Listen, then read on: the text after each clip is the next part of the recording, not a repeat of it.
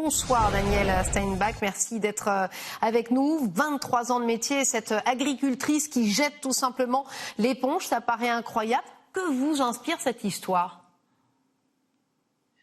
Eh bien, cette histoire, on la connaît depuis longtemps. J'avais moi-même porté leur dossier lors d'une réunion qu'on avait eue avec le secrétaire d'État, Sébastien Lecornu, il y a 2 ans. Ça m'inspire d'abord une première chose. C'est incroyable que l'administration ne fasse rien. Ça me dépasse. C'est à la limite contre-productif pour eux. Ils pourraient avoir l'intelligence de se pencher sur le cas. Mais c'est sans doute parce que le problème est plus général. Moi, je voudrais redire ce qu'on ne dit pas assez, c'est que les éoliennes, ce sont des machines industrielles géantes qui font aujourd'hui jusqu'à 240 mètres de haut, 150 mètres d'envergure, que l'on installe dans les campagnes, les zones agricoles ou naturelles qui sont normalement interdites à toute construction. Donc on installe de façon sauvage des zones industrielles dans des zones qui ne sont absolument pas prévues pour ça, des machines qui comportent un certain nombre de nuisances, d'abord le bruit, les lumières, des nuisances pour les oiseaux,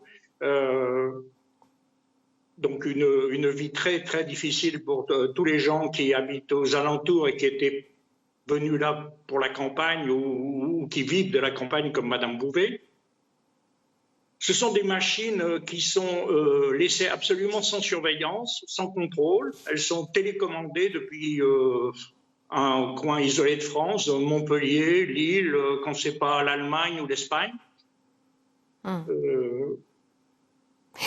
Les éoliennes qui produisent de basses fréquences, est-ce que c'est ça qui pourrait avoir un impact sur la santé des humains peut-être et des animaux parce que c'est vrai que le commun des mortels a du mal à comprendre comment justement ces éoliennes peuvent avoir un impact aussi négatif comme on vient de le voir dans ce reportage.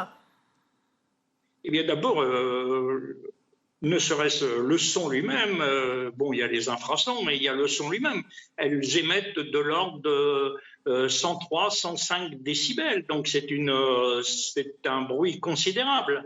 Donc il est un peu à distance, mais selon les conditions de météo, de transmission, etc., ils peuvent être excessivement bruyants.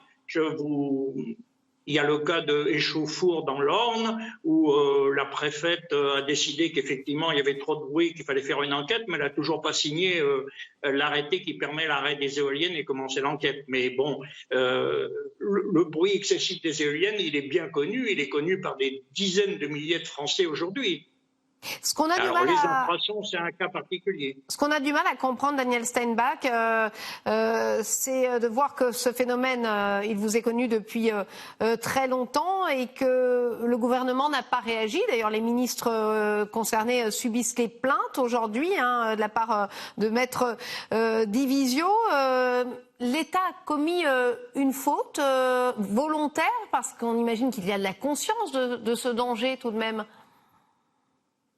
Je ne sais pas s'il en a conscience, ou s'il en a conscience, c'est bien qu'il se rend compte qu'on ne peut pas installer des machines de 240 mètres, des machines industrielles de 240 mètres de haut, qui émettent 105 décibels de bruit, dans des campagnes sans protection, sans rien, dans des zones naturelles et agricoles qui sont normalement interdites à la construction parce qu'elles sont protégées, parce qu'on a voulu les protéger.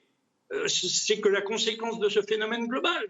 On n'installe pas impunément des dizaines de milliers de machines industrielles géantes dans la campagne sans prendre aucune précaution, sans aucune surveillance, avec des surveillances par télécommunication et des centres de surveillance qui sont parfois en Allemagne, où il y en avait aussi en Navarre. Pourquoi autant de liberté justement ? Pourquoi autant de liberté pour les constructeurs d'éoliennes ? C'est une façon de se donner bonne conscience avec le grand projet de transition écologique ? Oui, c'est purement idéologique. Ou alors pour certains, pour Madame Pompili, c'est certainement idéologique. Pour d'autres, c'est peut-être plus bassement électoral. Mais aujourd'hui, ils pensent que c'est une solution vendeuses et voilà, ils le font et ils ne s'intéressent pas aux conséquences réelles, à ce qui est vraiment le problème et à ses conséquences réelles. Aujourd'hui, d'ailleurs, ça tombe bien, hein, les émissions de gaz à effet de serre ont baissé de 1,7% en 2019. Hein, c'est ce qu'a annoncé fier le gouvernement. Est-ce que vous diriez aussi que c'est plutôt un succès de ce point de vue-là, la transition écologique pour le moment? Bien, il y a très longtemps que la France a baissé ses émissions de gaz à effet de serre. Au contraire, il est à craindre que depuis la fermeture de Fessenheim, les conditions françaises se sont un peu détériorées. Les émissions du moins pour la production d'électricité. Alors, et puis compte tenu de la baisse d'activité avec le Covid, 1,6% de diminution des émissions à gaz à effet de serre pour 8 ou 9% de diminution du PIB, c'est plutôt un mauvais résultat. Il n'y a rien à attendre, oui. Il n'y a rien à attendre des éoliennes pour le CO2. D'ailleurs, le préfet Carinco, président de la Creux, devant la commission parlementaire sur les énergies renouvelables, a déclaré qu'il était complètement faux de voir dans les énergies renouvelables une solution pour diminuer les effets de serre, les gaz à effet de serre en France. Ça figure dans le rapport de la commission Aubert, noir sur blanc. Quelle énergie devrions-nous privilégier pour entamer cette transition écologique, selon vous? Ce sera ma dernière question. C'est pas le but de vent de colère. Hein. On est des lanceurs d'alerte sur l'éolien. On n'a pas la science infuse. On n'est pas des experts de l'énergie. Et puis il faut laisser le temps au temps. Et il y a des millions de chercheurs dans le monde qui se penchent sur la question. Malheureusement, je peux pas vous répondre.